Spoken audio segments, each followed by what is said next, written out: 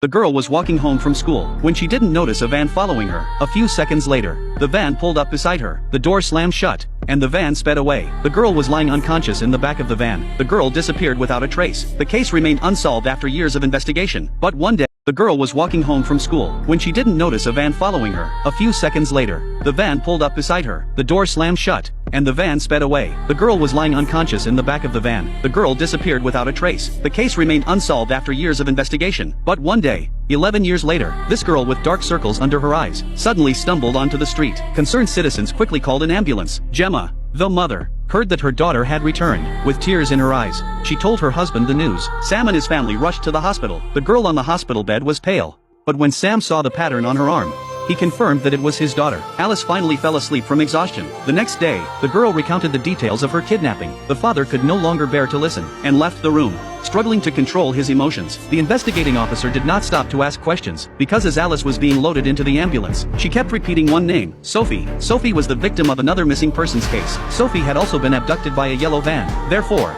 they needed to act quickly to find clues. Perhaps the girl Sophie still had a chance of survival. At this point, Alice looked distressed. She did indeed know Sophie, since Sophie was too stubborn to comply. The kidnappers treated her very badly. When Alice escaped, she wanted to take her with her, but she was too weak to walk. The couple thought nothing worse could happen.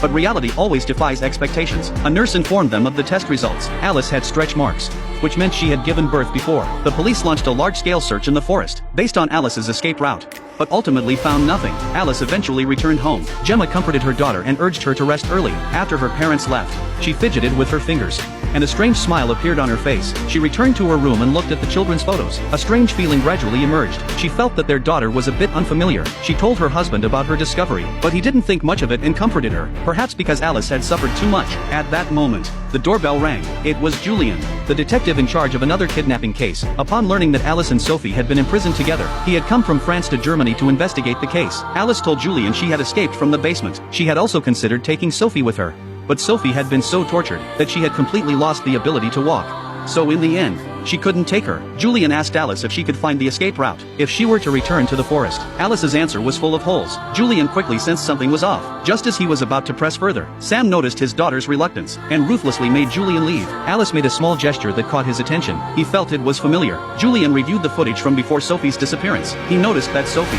under stress, made the same small gesture as Alice. Perhaps Alice was not the real Alice, but Sophie, who had been missing for years, just as he was at his wit's end. Some good news arrived. Alice had agreed to Julian's proposal to search for the place where they were being held captive. Before leaving, Gemma brought a yellow scarf. She deliberately said it was knitted by Alice and her teacher, but Alice corrected her, saying it was knitted by her and her classmates. The mother was puzzled by her